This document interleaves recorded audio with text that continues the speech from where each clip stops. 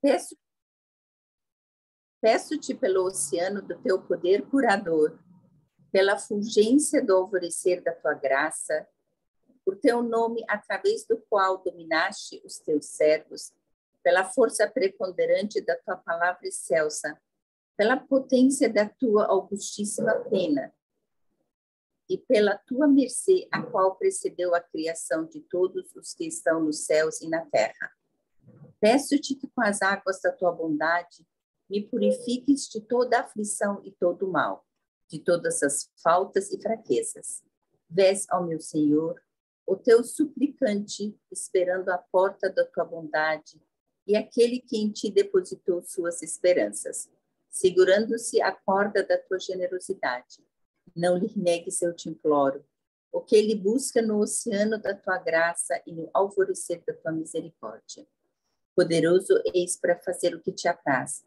Não há outro Deus além de ti, o que sempre perdoa, o mais generoso.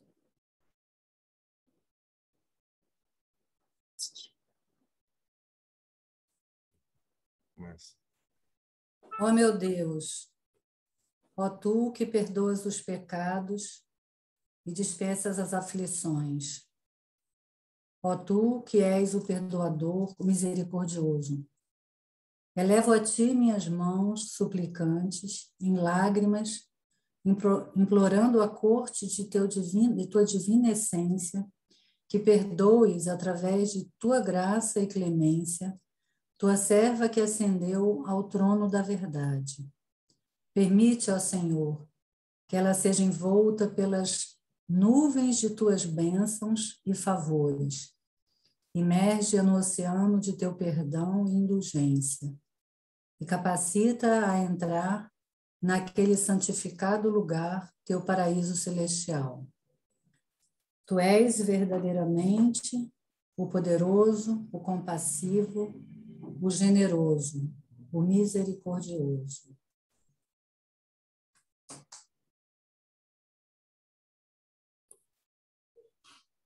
Ó tu que estás te envolvendo a Deus, fecha teus olhos a tudo mais e abre-os para o reino do Todo-Glorioso. A Ele, exclusivamente, pede o que quer que desejes. Dele, exclusivamente, busca o que quer que busques. Com um olhar, realiza Ele 100.000 esperanças. Num relance, cura 100.000 doenças incuráveis. Com um vislumbre, aplica um bálsamo em toda ferida. Com um aceno, livra os corações dos grilhões do sofrimento. Assim, ele procede. E que recurso temos nós? Ele cumpre a sua vontade. Ele ordena o que lhe apraz. Assim, que é melhor curvares a cabeça em submissão e colocar tua confiança no Senhor todo misericordioso. Abdu'l-Bahá.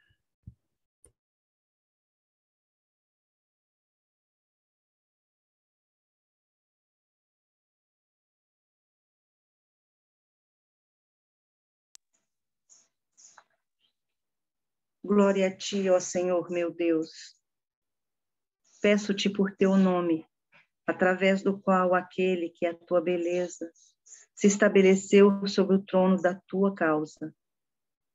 Nome esse através do qual tudo transformas, tudo reúnes, tudo chamas a prestar contas, tudo recompensas, tudo preservas e sustenta.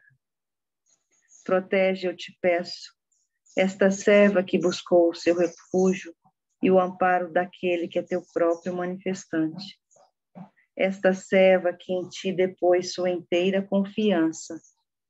Ela está enferma, ó meu Deus. e entrou na sombra da árvore da tua cura. Aflita, refugiou-se na cidade de tua proteção. Doente, dirigiu-se ao manancial de teus favores. Atribulada em extremo, apressou-se para alcançar a fonte da tua tranquilidade. E oprimida com pecados, volveu-se à corte de teu perdão. Adorna através de tua soberania e benevolência, ó meu Deus e meu bem-amado, com as vestes de teu bálsamo e tua cura, e faze com que ela sorva do cálice de tua misericórdia e teus favores. Protege ainda mais de toda aflição e todo mal, de toda enfermidade e dor, e de tudo o que tu abominas. És, em verdade, imensamente enaltecido acima de tudo, menos de ti próprio. És, em verdade, quem preserva, cura e sempre perdoa, o todo suficiente, o mais misericordioso. Bahá'u'lláh.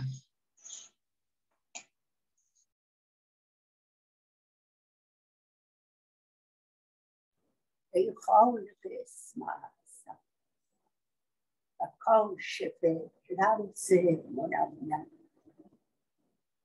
بنده درگاهت منم،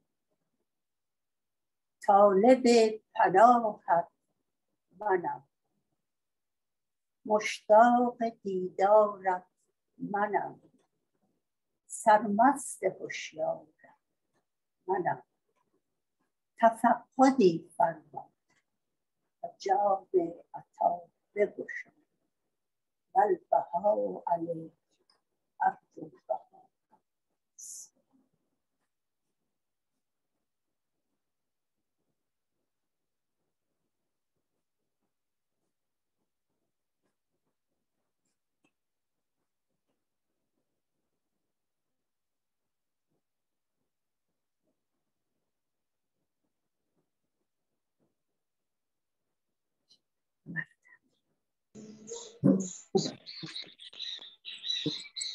Muito bom, queridos amigos. Aos amigos que chegaram, sejam todos muito bem-vindos, né, ao nosso estudo de sábado com Dona Tuba, né? Então, nós vamos iniciar, né, agora, continuar, né? Nós vamos começar a estudar o Kitab Khan, no capítulo 14, né, que é as provações de Deus, e o Silvio vai nos conduzir. E aí, nos 20 minutos, 30 minutos antes mais ou menos 11 horas, que a gente vai terminar 11h30, então 11 horas, Dona Tuba vai contar uma história e vamos bater um papinho com ela, aprender um pouquinho também, né, Dona Tuba? A gente sempre aprende. E aí a Dona Tuba vai nos conduzir para uma dinâmica também diferente, né, Dona Tuba? Então, Silvio, querido, o Kleber chegou, Dona Flora já estava aí. Seja bem-vindo, Kleber.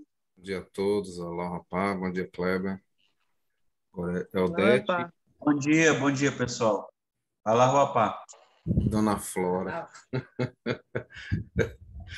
Vamos lá. Vamos retornar, então, o capítulo 14, que ele fala sobre as provações de Deus. Vou tirar a minha imagem aqui para não ficar atrapalhando.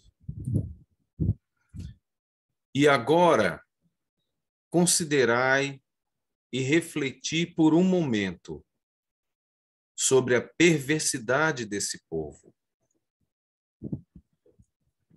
Qual teria sido o motivo de tal negação e afastamento de sua parte?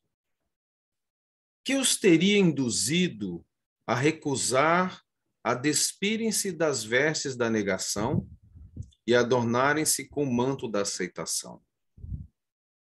Além disso, que poderia ter causado o não cumprimento da promessa divina e, em consequência, a rejeição da parte dos discípulos daquilo que já haviam aceito? meditai profundamente, para que se vos revele o segredo das coisas invisíveis, e assim possais inalar a doçura de uma fragrância espiritual e imperecível, e reconhecer o fato de que o Onipotente sempre prova seus servos, desde os tempos imemoriais, e por toda a eternidade continuará a prová-los, a fim de que a luz se distinga das trevas, a verdade se diferencie da falsidade, o certo do errado, o esclarecimento do engano, a felicidade da desventura. As rosas se distingam dos espinhos. Assim mesmo como ele revelou. Pensam os homens ao dizerem: nós acreditamos, que serão deixados em paz sem serem submetidos à prova?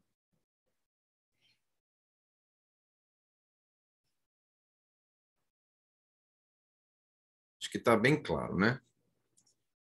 Então, Deus sempre prova a todos os seres humanos. Sabe tu verdadeiramente que o propósito fundamental de todos esses termos simbólicos e alusões abstrusas que emanam das reveladores da santa causa de Deus é a provação dos povos do mundo. Então, todos os símbolos, né, os termos simbólicos, as alusões abstrusas que tem nas escrituras de todos os tempos, né, é com a finalidade de provar o povo do mundo, né, os povos do mundo. Para que, deste modo, o terreno dos corações puros e iluminados se distinga do solo estéril e perecedor. Desde tempos imemoriais, é este o método de Deus entre suas criaturas, segundo atestam os livros sagrados. Igualmente, deves meditar sobre o versículo revelado no que se refere ao Queblé, que até então era a direção que se deve voltar o rosto ao orar. Era a Meca, né? Quando Muhammad, o sol profético, fugira da aurora de Batá, né, que era Meca, para Yatrib, que era Medina, ele continuava a voltar o rosto enquanto orava na direção de Jerusalém, a cidade santa, até o tempo em que os judeus começaram a pronunciar palavras indecorosas contra ele. Palavras indignas de ser mencionadas nestas páginas. E fatigantes para o leitor. Muhammad ressentia-se fortemente dessas palavras. Enquanto absorvido em meditação e êxtase, contemplava o céu, ouviu a voz benévola de Gabriel dizendo: nós tivemos do alto a dirigir a face para o céu, mas nós queremos que te voltes para um queblé que te aprouver. Aí aqui ele está dizendo que ele não colocou aqui a referência, mas que seria uma escolha dele, né? Num dia subsequente, enquanto o profeta, com seus companheiros, proferia a oração do meio-dia, e quando já executara 2 das ricats prescritas, né? Aí ricats é que ele está querendo falar que são as prostrações. Ouviu ele novamente a voz de Gabriel: volta a tua face para a sagrada mesquita, que é lá em Meca, né?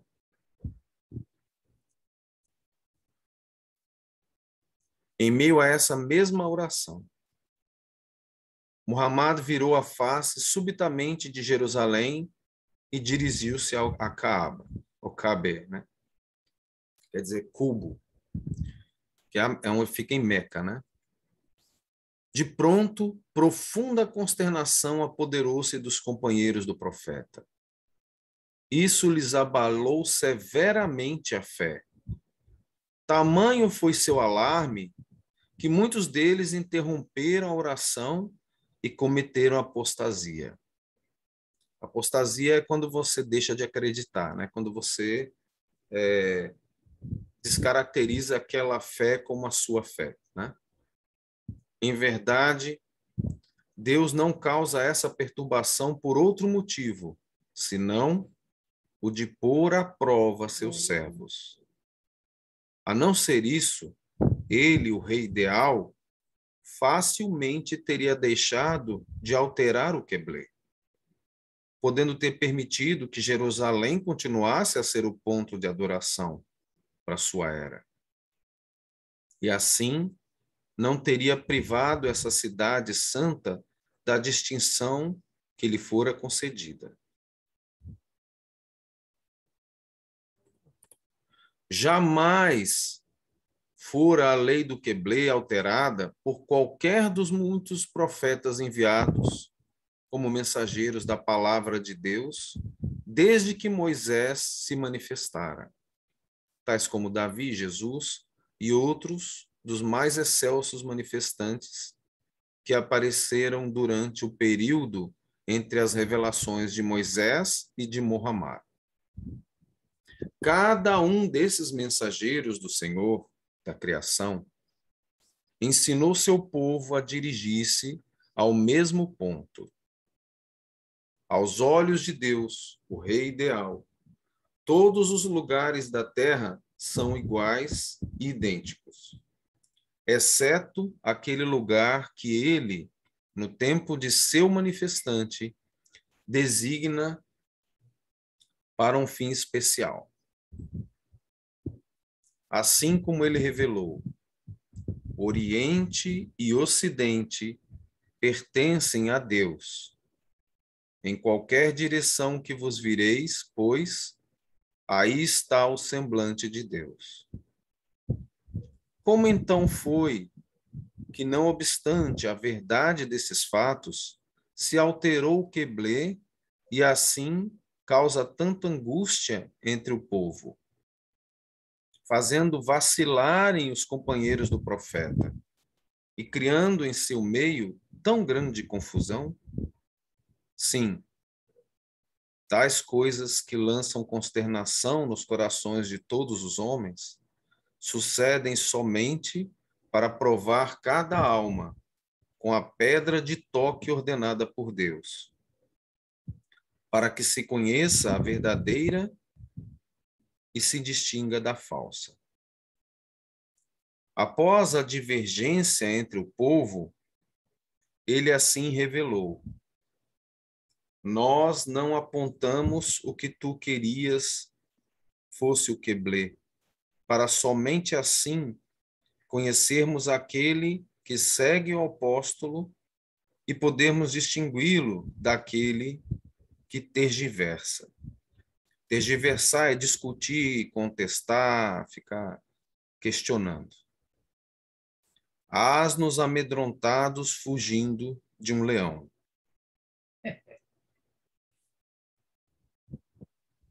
Se ponderasseis essas explicações no coração, repetindo, se ponderasseis essas explicações no coração, só um pouco, haveríeis seguramente de encontrar descerrados diante de vossa face os portais do entendimento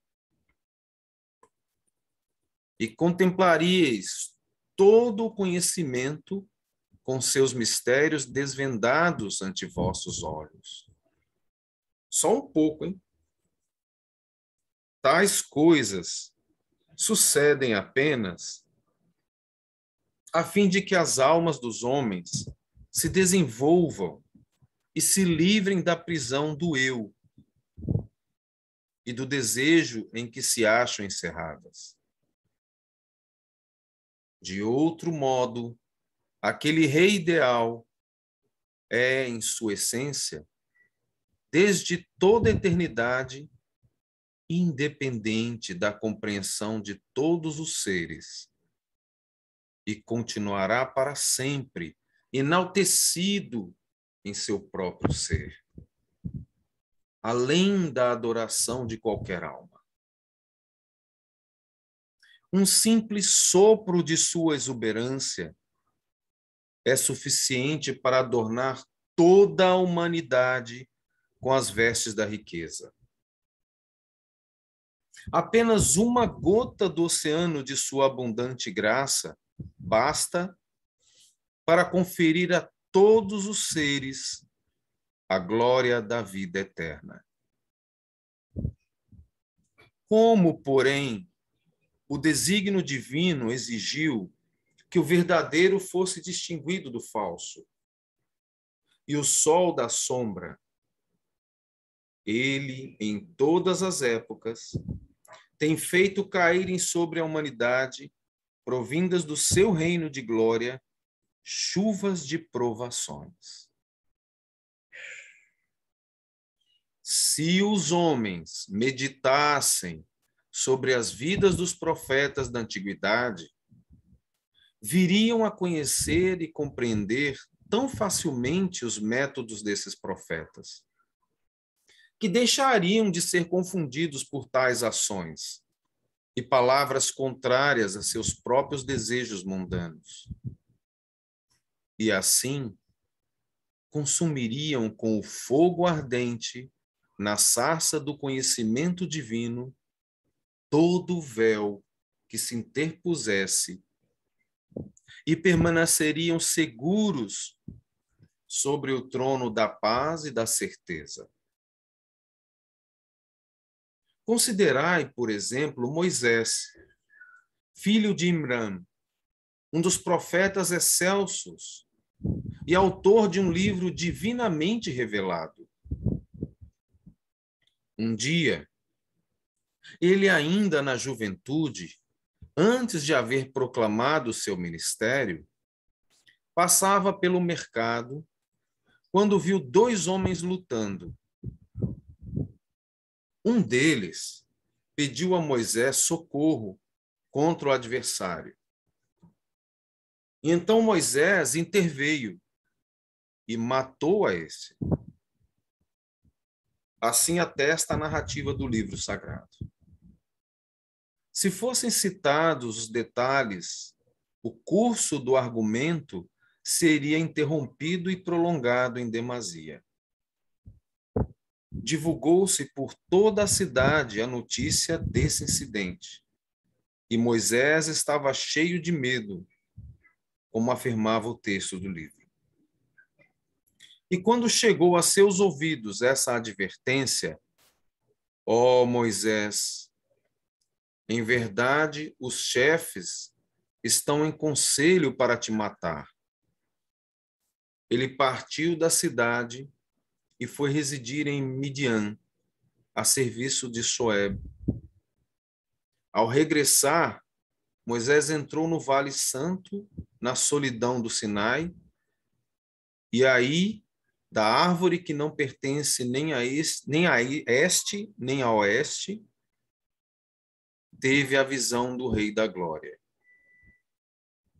Aí ouviu ele a voz comovedora do Espírito, que do fogo ardente lhe falava, mandando que irradiasse sobre as almas faraônicas a luz da guia divina, de modo que, livrando-as do vale sombrio do ego e do desejo, ele as fizesse alcançar os prados do deleite celestial. E, através do salsabil da renúncia, a salvasse da perplexidade oriunda de sua separação e as fizesse entrar na cidade tranquila da presença divina. Salsabil é como um oásis, tá? Quando Moisés veio ao faraó, né? E segundo Deus ordenara, lhe transmitiu a mensagem divina, Faraó falou de maneira ofensiva, dizendo: não és aquele que cometeu o assassínio e se tornou infiel? Assim, o Senhor da Majestade relatou as palavras do Faraó a Moisés. Que ato foi esse que tu cometeste? És um dos ingratos, disse ele.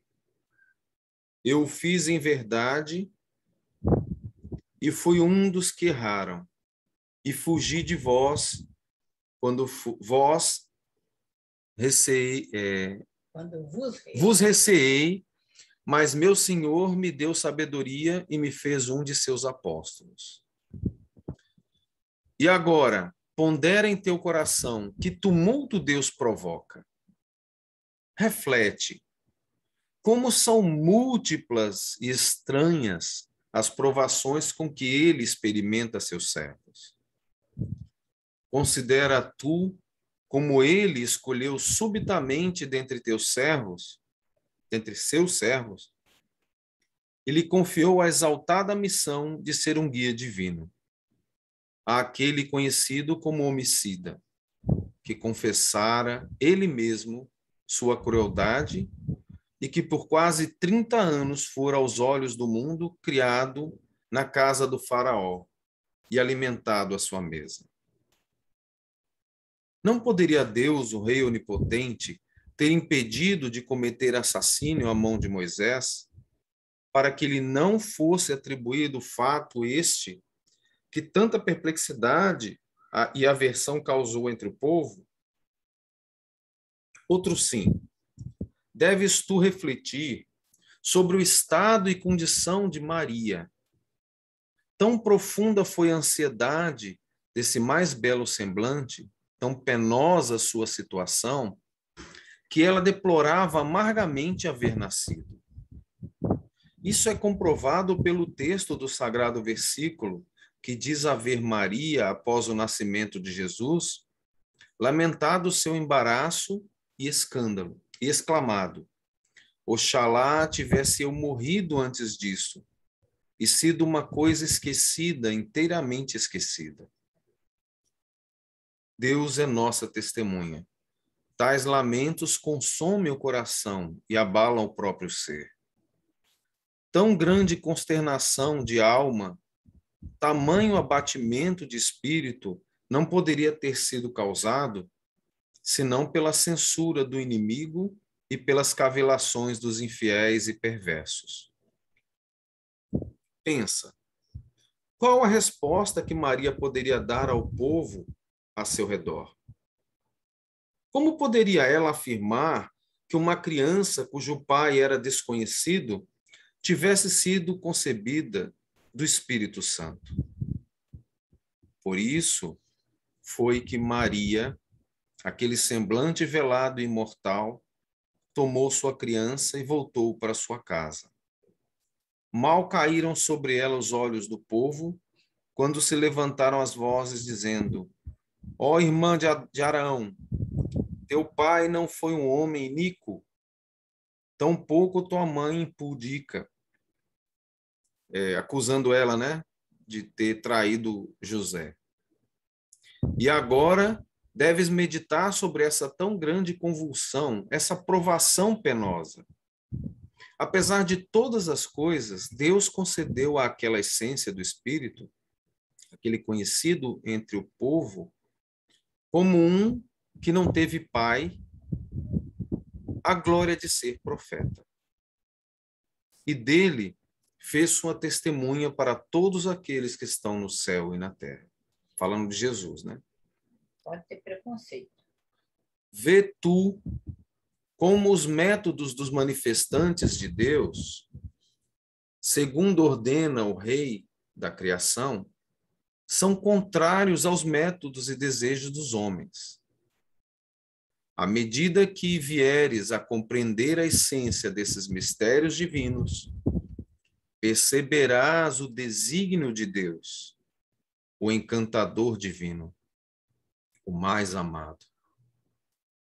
Virás a considerar as palavras e os atos daquele soberano, todo-poderoso, como sendo uma e a mesma coisa, de tal modo que seja qual for o que vejas em seus atos, o mesmo encontrarás em suas palavras. E o que leres em suas palavras, isso perceberá também em seus atos. Assim é que tais atos e palavras são, exteriormente, o fogo da vingança para os ímpios e, interiormente, as águas da compaixão para os justos. Se os olhos do coração se abrissem, perceberiam seguramente que as palavras reveladas do céu da vontade de Deus estão em harmonia com os atos que emanaram do reino do poder divino. Eles são idênticas. E agora, atende, ó irmão, se aparecessem coisas semelhantes nesta era, se houvesse incidentes iguais no tempo atual, que faria o povo? Juro por aquele que é o verdadeiro educador da humanidade e revelador do verbo de Deus, que instantânea e inquestionavelmente haveria o povo de o chamar de infiel e sentenciá-lo à morte. E foi o que aconteceu. Quanto estão eles longe de escutar a voz que declara: eis que um Jesus apareceu do sopro do Espírito Santo e um Moisés foi chamado para uma tarefa a que Deus o destinara. Ainda que se levantassem miríades de vozes, ouvido algum escutaria se nós disséssemos que a uma criança sem pai fora dada a missão de profeta, ou que um homicida houvera trazido da chama da sarça ardente sua mensagem: em verdade, eu sou Deus. Se os olhos da justiça se abrirem, reconhecerão prontamente a luz daquilo já mencionado, que aquele que é a causa e objeto final de todas essas coisas se tornou manifesto neste dia. Ou seja, sempre foi Bahá'u'lláh. Embora não tenham havido na era atual acontecimentos comparáveis, nem o Bab, nem Bahá'u'lláh passaram por situações em que a eles poderia ser imputada, né, nenhuma culpa de nada. Então nada parecido aí aconteceu. O povo apega-se, no entanto, às mesmas vãs fantasias tão caras ao ímpio. Como são penosas as acusações que lhe infligiram, tanto ao Bab quanto a Bahá'u'lláh. E quão severas as perseguições de que é alvo. Acusações e perseguições cujo igual jamais homem algum tem visto ou ouvido. Bem, amigos, passo agora a palavra para Gláucia, para Dona Tuba. Não, eu quero fazer tudinho para dizer.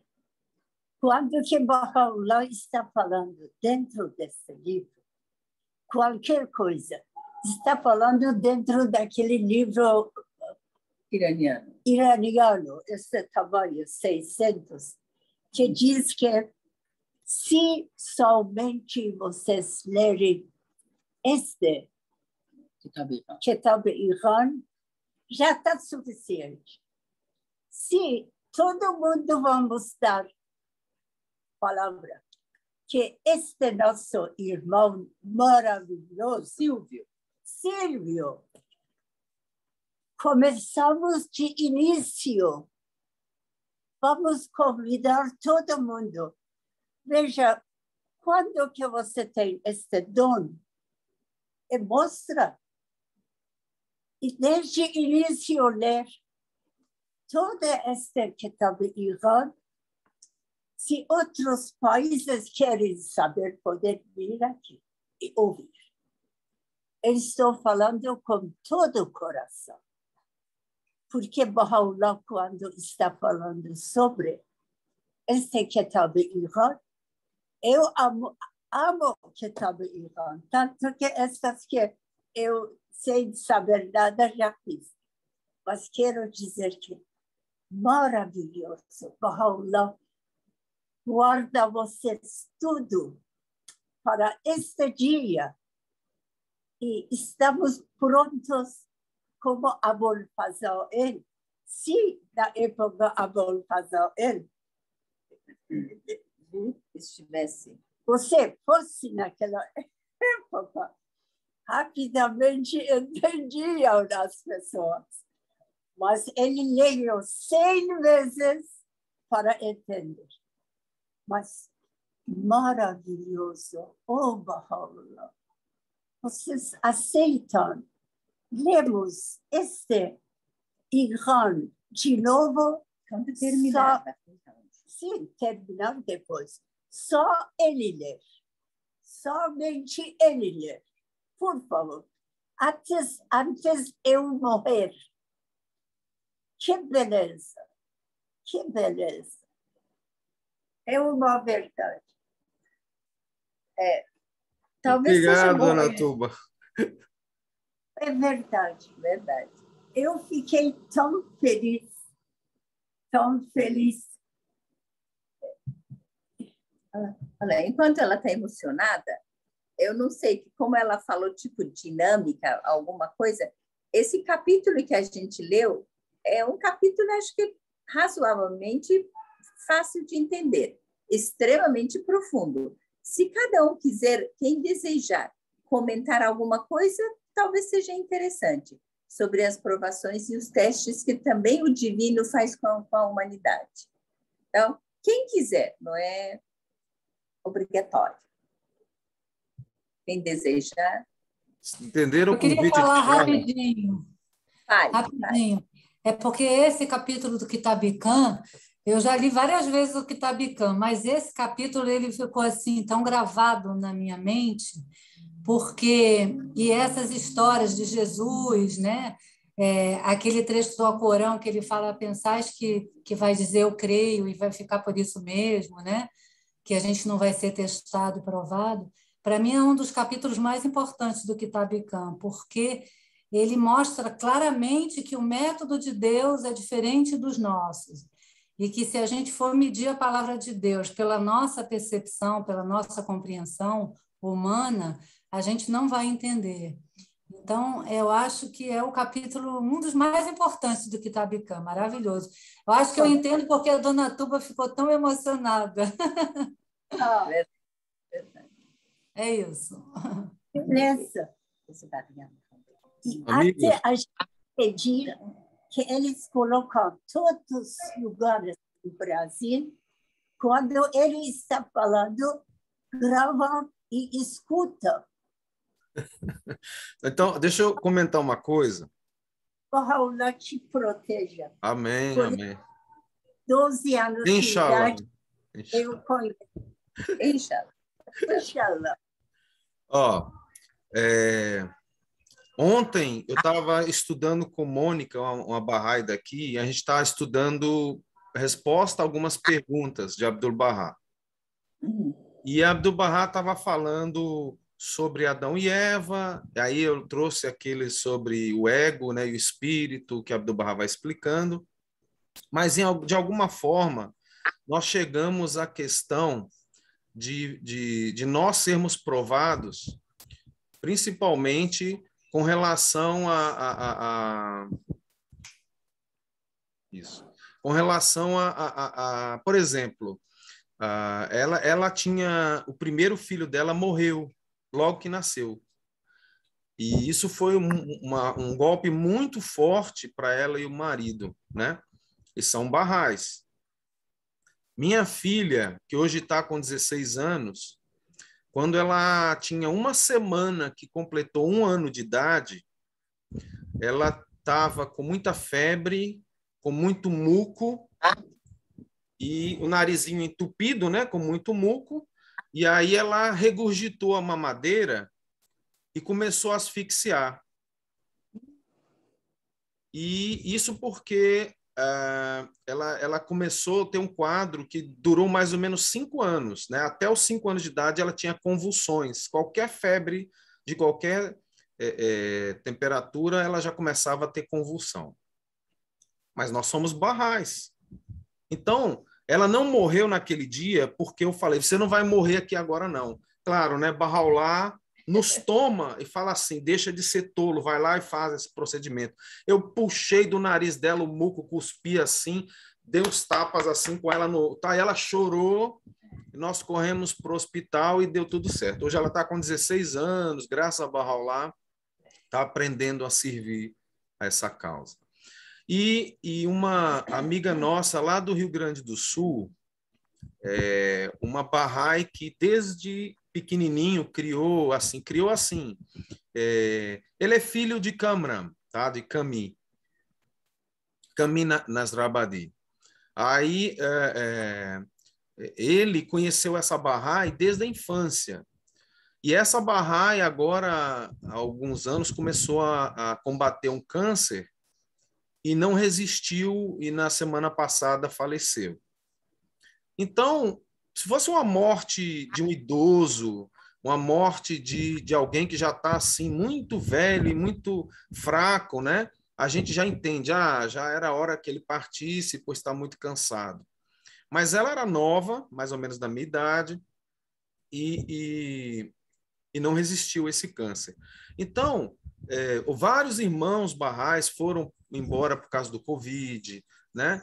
Então, essas coisas são provação para a gente. São para a gente também entender, tentar entender que a morte é uma coisa natural. Então, você não tem que pensar isso para os outros, você tem que pensar isso para você. Nenhum de nós está aqui para viver para sempre. Então, todos nós precisamos passar por essas provações, porque a gente sabe que quanto mais pesada a provação, é uma demonstração de maior amor de Bahá'u'lláh. Com certeza. Minha bisavó, avó de Dona Flora, avó materna, né, de Dona Flora. Ela teve quantos filhos? 12? Enfim. Não, ela teve 5. Dona Elisarda? 5 filhos. A mãe dela é que teve 25. Pronto. Dona Elisarda teve 5 filhos. O caçula teve um acidente no ônibus, que ele estava sentado no ônibus e do lado dele estava um homem com uns 2 galões de um líquido muito inflamável. 2 que, quando se chocavam, dava explosão. Aí houve a explosão do lado dele e queimou o ônibus inteiro. Aí um sargento que tinha queimado só da canela para baixo, né? Só tinha se queimado assim, os pés, né?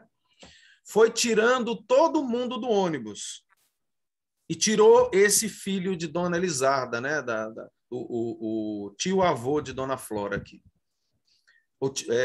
Tio dela, né? Tio-avô não, tio dela. Aí eles vão, quando chegam os médicos, eles vão vendo que quem tem possibilidade de salvar e quem não tem. Quando olharam para ele, falaram, esse não escapa. Esse aí não tem mais remédio.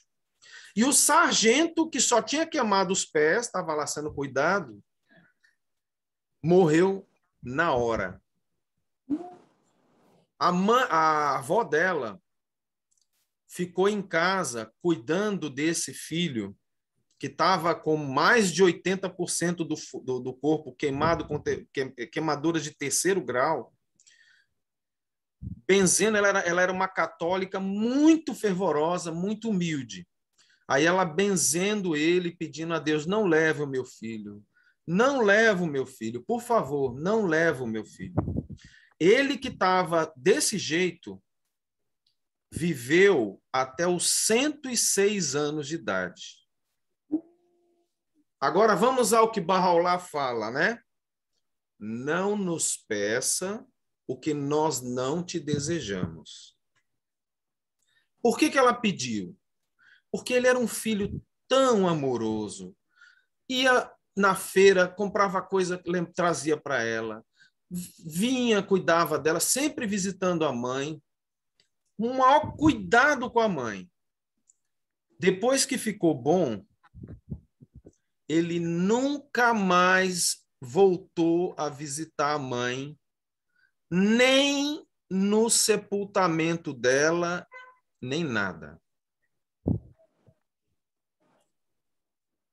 Então, tem certas coisas que Deus quer nos privar, nos poupar, né? Não é nos privar, nos poupar, e às vezes nós não entendemos, né? Às vezes nós queremos viver a vida que é maravilhosa, as coisas do mundo são maravilhosas para a gente mesmo. Por exemplo, de repente eu quero ter um carro, por que eu não posso ter um carro? Agora eu tenho condições de ter um carro, não sei o que lá, mas só Deus sabe do nosso destino. Só Deus sabe. Odete pode ter um carro, nunca vai acontecer nada com ela, nem com ninguém em relação a ela, mas no meu eu estou destinado, de repente, a atropelar uma senhorinha. Né? Fora isso, nada demais. Mas se eu atropelar aquela senhorinha porque eu quis muito ter um carro e eu privar aquela família, né, de ter aquela senhora até os últimos momentos dela, que não deveria ser aquele, né? Só porque eu preciso ter um carro, porque o meu ego... Não estou fazendo nada de crítica para quem tem carro, não, gente. Eu estou só dando um exemplo que, às vezes, um bem que a gente quer, que não tem nada demais e que é para o nosso bem, que Bahá'u'lláh fez toda essa evolução, né? Começando com o advento do Báb, para nós mesmos, para a humanidade. Mas a gente, às vezes, pede uma coisa ou quer uma coisa que só ele sabe se vai fazer bem ou mal. E... Pois não, pode não, só para finalizar. E aí, em relação a esse capítulo, é isso. Cabe a Bahá'u'lláh, a Deus, nos provar. Porque ele sabe o que a gente precisa para crescer. E a gente tem que não ficar se lamuriando, chorando e fazendo comparações com um e com o outro, entendeu? É isso. É que na verdade, ser humano que foi criado por Deus, nós somos um pouco, desculpa a expressão, meio cara de pau, porque nós queremos que Deus prove que aquele mensageiro é verdadeiro. E nós que somos as criaturas queremos isso. E Deus não pode nos testar? Claro que pode, como fala no texto. E ser fiel ao convênio, eu lembrei de uma... Não adianta só falar que eu creio, como falou no texto. A gente tem que demonstrar que crê, apesar de todas as dificuldades e provações. Eu lembro, eu era bem pequenininha, a gente conheceu a mão da causa, senhor Samandari. Não sei se vocês já ouviram. Ele viveu muito, não sei se chegou a 100 anos, mas ele presenciou, ele serviu, quer dizer, quando era criança, presenciou na época de Bahá'u'lláh, Abdu'l-Bahá, guardião, e na inauguração, na eleição da primeira Casa Universal de Justiça. O conhecimento dele era, posso falar, ilimitado. E tem um livro que fala sobre mãos da causa, agora também depois dos 50 a gente vai... Naquele livro, não, melhor, 30 anos. Naquele livro tem sobre a vida dele, eu não sei exatamente a frase, o texto, mas diz quando ele visitou Estados Unidos, os jornalistas foram falar com ele.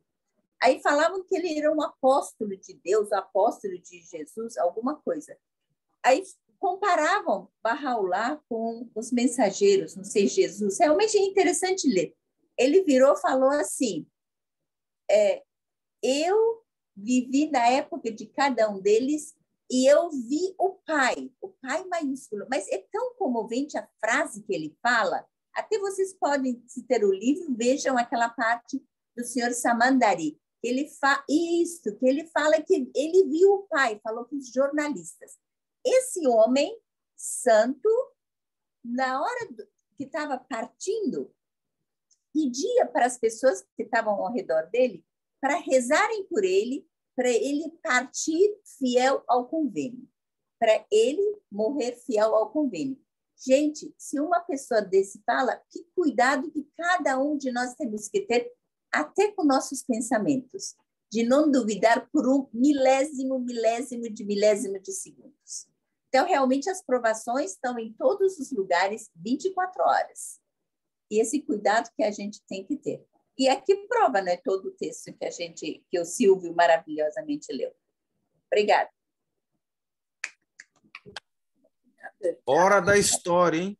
11 horas. Só um 11, comentário rápido. Um comentário rápido. É porque Bahá'u'lláh ele conta 2 exemplos, né? No caso do Moisés, que tinha fama de assassino, e de Cristo, que nasceu sem pai.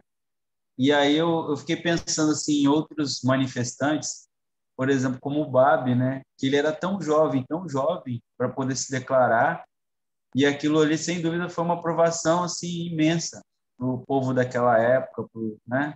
Eu fiquei pensando nisso aqui. Verdade. Então, minha sugestão, que estou procurando esse livro, quantos lugares que Bahá'u'lláh diz sobre este Kitab-i-Iqan, que Abul Fazl ele leu 6 vezes. O último diz que finalmente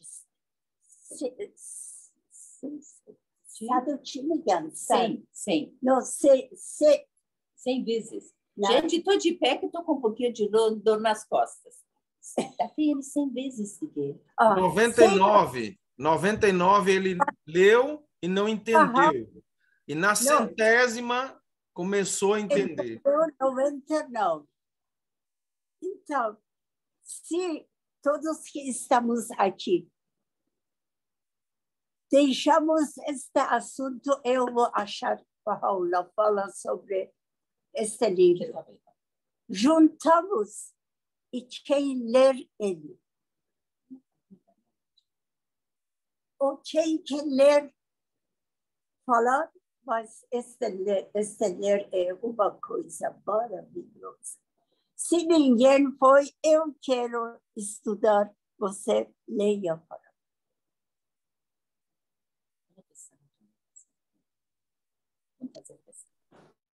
Ele leu 100 vezes qual? O Kitab-i-Iqan? Ah, ok. Quando chegou a 100, aquele assunto que 99 não entendia, aquele 100 deu explicação para 99. Bahá'u'lláh, quantas vezes dentro desse livro fala? Eu vou achar para outra vez ler. Então, hoje eu vi que beleza! Quer dizer, aquele quarto vale que Bahá'u'lláh está falando, dentro do quarto vale, está falando que aqueles, para Abdurrahman, grande pessoa, darwish, entre darwishes, que 100.000 pessoas tinham seguidor dele, darwish. Então, ele diz que primeiro é vontade, 4. Segundo é pensamento, mas pensamento divino. Quer dizer, pensamento verdadeiro. Terceiro, ishq, amor. E 4, aquele que chega. Está aqui, podemos ler aqui. Mas quero dizer que está falando aqui uma...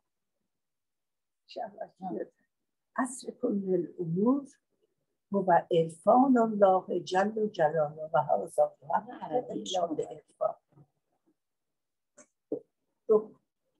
اصل تمام علمها در دنیا، essência de toda a ciência, toda sabedoria humana é que conhecer Deus.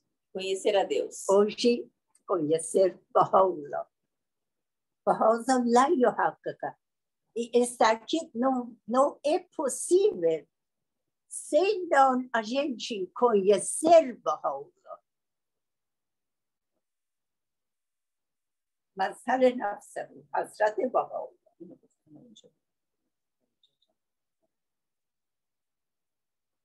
E assim que Baha'u'llah aqui está falando sobre a sua missão.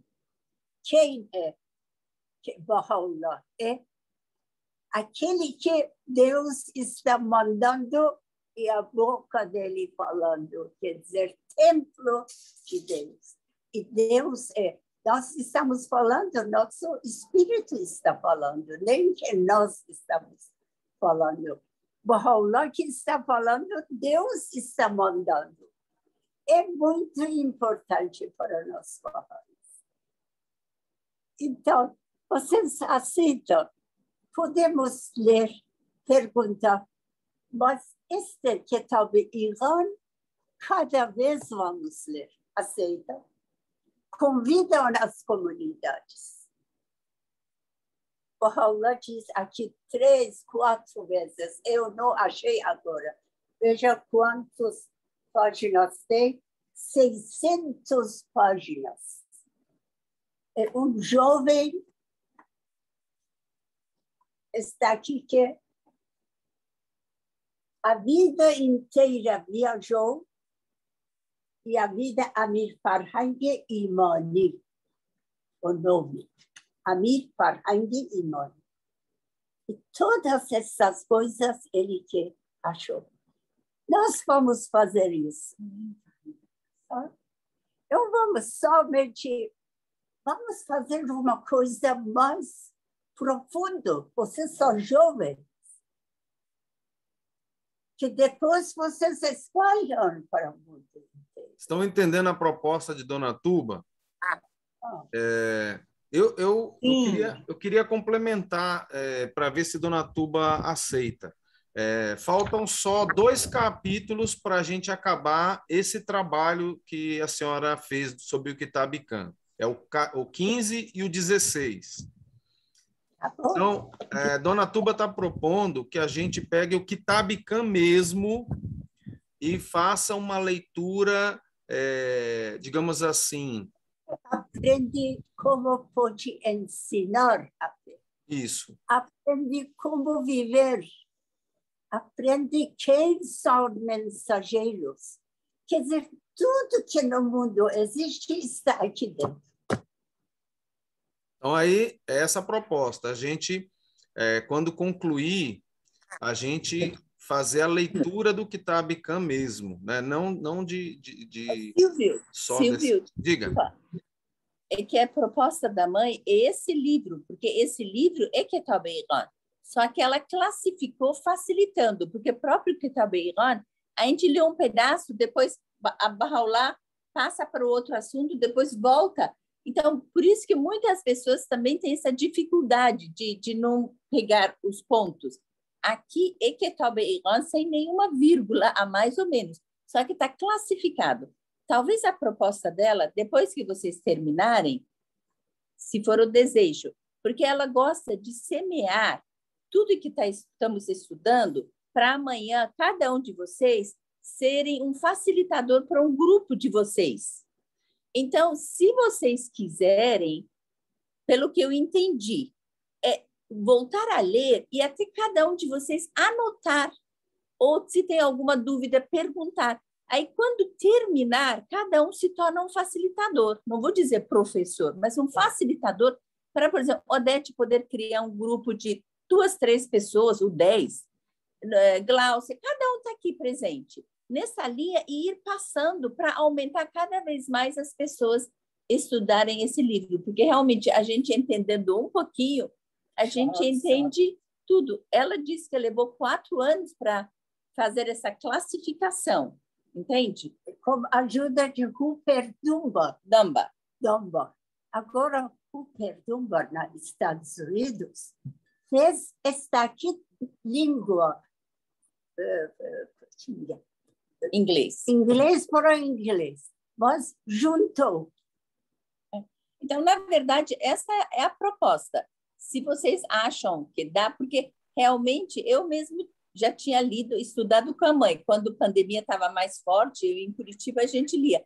Mas toda vez que a gente lê, a gente, lógico, aprende, lembra, relembra, se espiritualiza mais. Se vocês estão de acordo, gente, sem forçação, viu?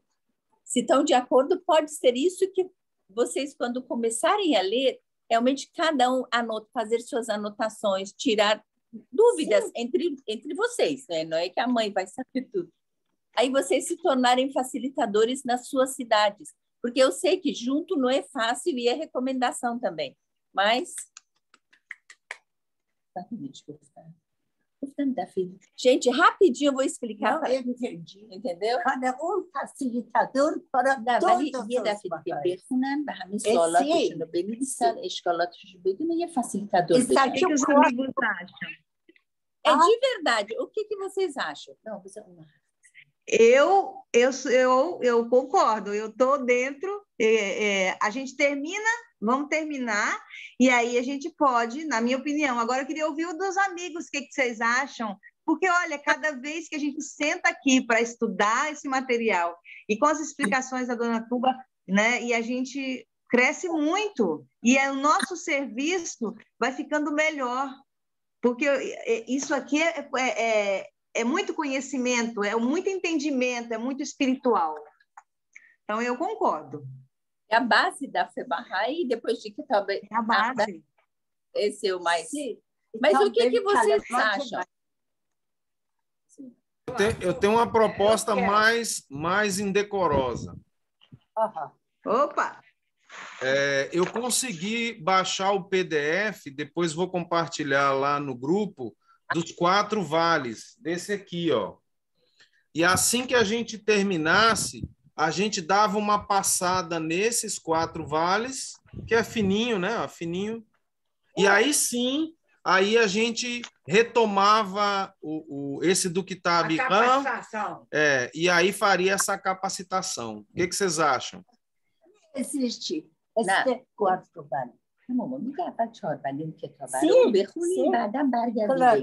Boa, porque dá um tempo e volta novamente. A professora aceitou. A professora não. Menor. Aluna. Menor aluna. A mais jovem aluna aceitou. Então, a ideia, não sei se vocês são de... Mas os que puderem, lógico. Então, terminando o livro, passa para quarto vales, que o Silvio já baixou, e depois volta com uma proposta mais, digo assim, profunda, quer dizer, anotando, etc., para vocês se tornarem facilitadores. Esse livro já terminou? Não, falta 2 capítulos. 2 capítulos. Porque tem algumas histórias que complementam, que não estão escritas no material. Então, a gente precisa, pelo menos, anotar alguns detalhes da história para a gente se lembrar de contar essas histórias, né? Os relatos sobre as vidas de alguns mensageiros, etc, etc, etc. Mas como parte acho que não tem. Vocês querem eu contar agora? Ela contar uma história para isso. Sim, ainda temos 15 minutos ainda, pode contar. Por favor. Eu aviso. Que este...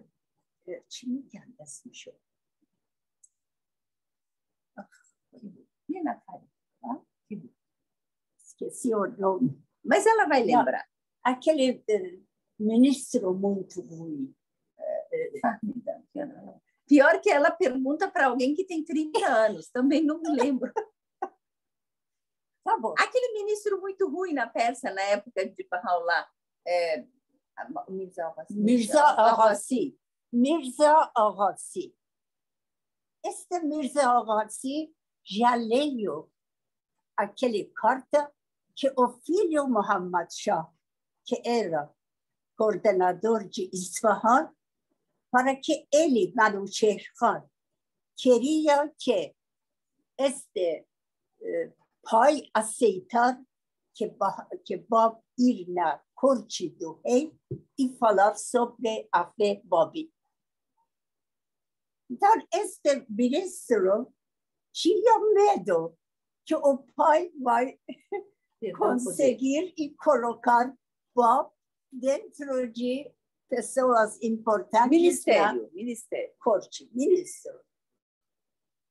Então, escreveu carta que seu pai está doente, vai para a Europa e fazer médicos tal, e depois que voltar, pode vir para a corte. Mas agora que estavam indo, levando Bob. No meio chegou estes. Diz que rei, a cidade destruída, Zora, aqui lemos que uma cidade que a gente entra daqui para lá, para cá, que não pode diretamente entrar na cidade. Labirinto, vai ser tipo labirinto. Labirinto, Zuro, aqui. Então, esta pessoa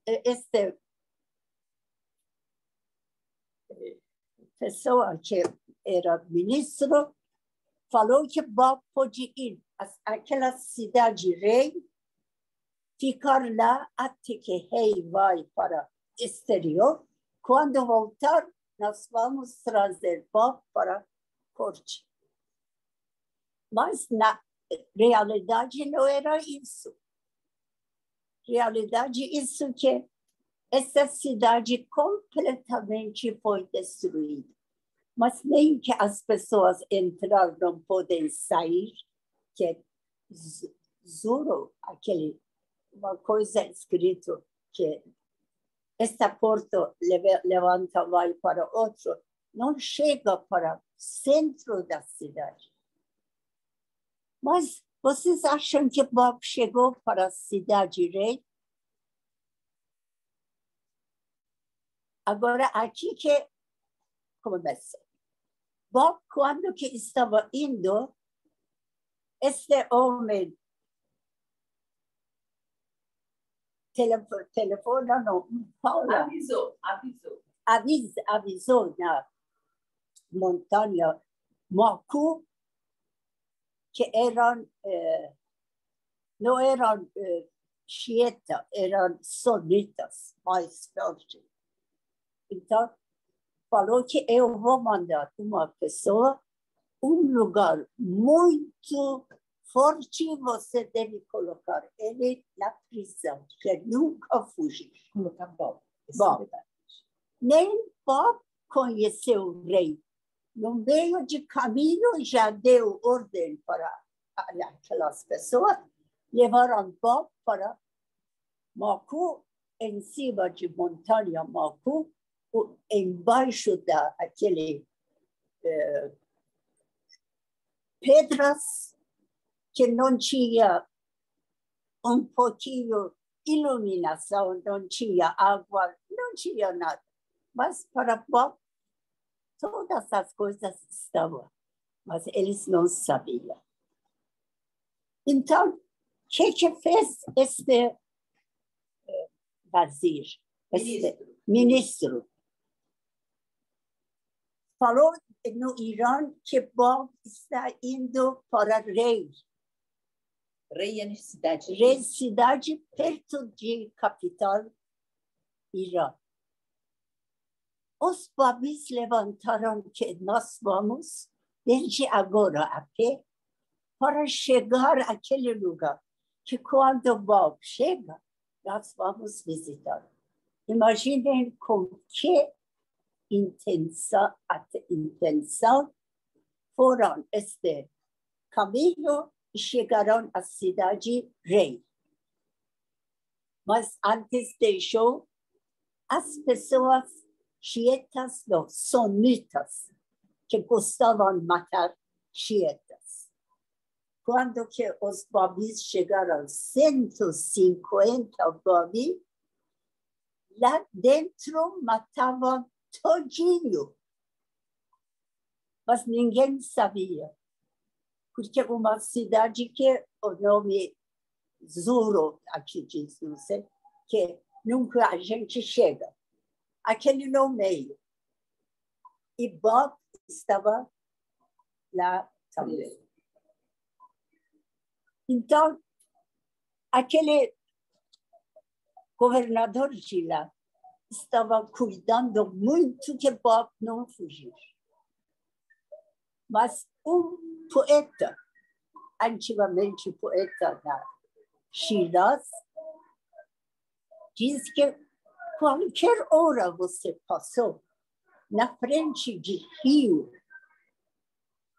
ok? Fica lá. Você vai ver uma coisa muito importante. Agora, esta pessoa de governador daquela cidade, de manhã, madrugada, levantou com o cavalo, estava correndo, mas aquele mar estava correndo ao lado que para chegar à prisão. Viu que uma pessoa sentou lá, desceu e foi lá, viu que é Bob, mas queria gritar, como você está fugindo? Viu que Bob estava fazendo oração. Até aquele força de oração não deixou este bandido chegar e pegar ele. Rapidamente montou em cima do cavalo e foi para a prisão. Falar com aqueles soldados, por que vocês deixaram ele fugir? Viu que todos os soldados estão andando, o portão está fechado. Ele abriu quando foi dentro de prisão, viu que Bob sentado. Ficou assim. Bob disse que não fica assim. Esta é verdade. Eu estava lá, mas agora estou aqui. Este homem. Veja o que aconteceu com ele. Então, disse que, por favor, para Bob, o que o senhor quiser eu fazer para você, estou pronto. Diz que jovem, 3 dias e noites, na portão da cidade sentou e vocês não deixam entrar. E foi Boab, era jovem Boab, veio na presença do Bob. Até que chegou naquela época, Bob, sem sapatos, de leste para oeste, muito longe até. Quando chegou lá, estava saindo último festa de Nowruz, sabe? Festa de Nowruz passou com o Bob. Depois que estava saindo, perguntou do Bob que o senhor ordena nós fazemos? Diz que agora eu não vou dizer para você. Mas você vai para o norte, vai encontrar uma pessoa que ele vai mostrar que ele é meu lugar, que era Codus, ponto início, ponto fim. Então, finalmente, Bob foi. Só quero dizer, pessoas que quiseram para Babis, para Baha'is, acho que no outro mundo não existe lugar. Eles de cima jogam para esses oceanos que animais de oceanos comem eles.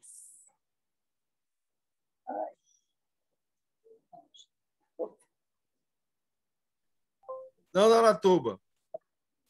Eu acho que quando você faz uma coisa, ou aqui ou no outro mundo, tanto faz, que causa mágoa a você mesmo, né?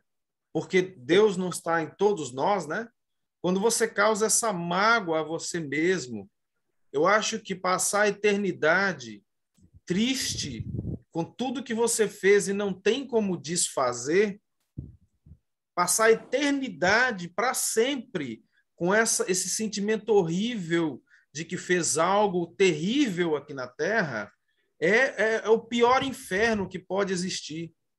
É o pior inferno, porque não tem como você abrandar isso, não tem como você aliviar isso.